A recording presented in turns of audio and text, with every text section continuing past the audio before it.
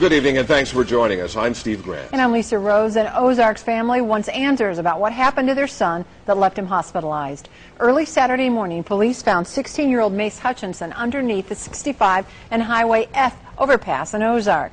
KY3 Sarah Sheffield joined us live to explain why the teenager's parents believe what police did put him in intensive care. This is a story that you'll only see here on KY3. Sarah? Lisa, according to the teen's family, they believe that Mace Hutchinson somehow went from walking along this bridge to 30 feet below, lying on the pavement, severely injured. Like I said, we called the police.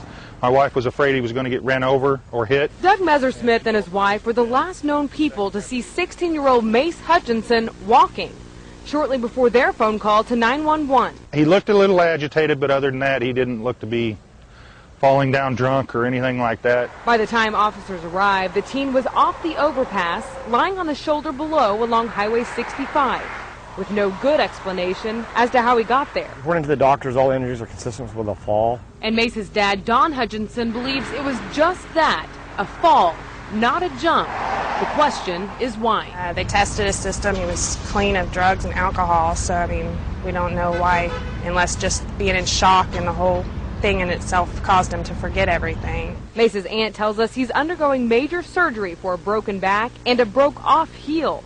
But while he was lying on the ground, she wonders why Ozark police tased him up to 19 times. And I'm not an officer, but I don't see the reason for tasing somebody that's laying there with a broken back.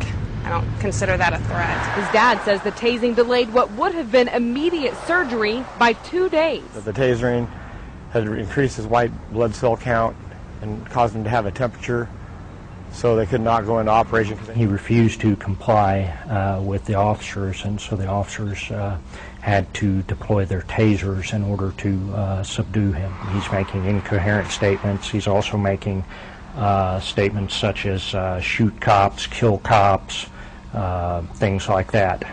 So there was cause for concern to the officers. Police say although there are several unanswered questions, the use of a stun gun is not one of them. So it was a very big concern for the officers to keep this guy out of traffic, to keep him from getting hurt.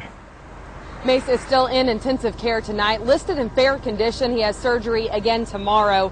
The family, along with the Ozark Police Department, is hoping someone will see the story and come forward with some information. You can call 417-699-4789 with information or call the Ozark Police Department. Guys. It's a case we'll be watching. Sarah Sheffield live tonight. Thanks, Sarah.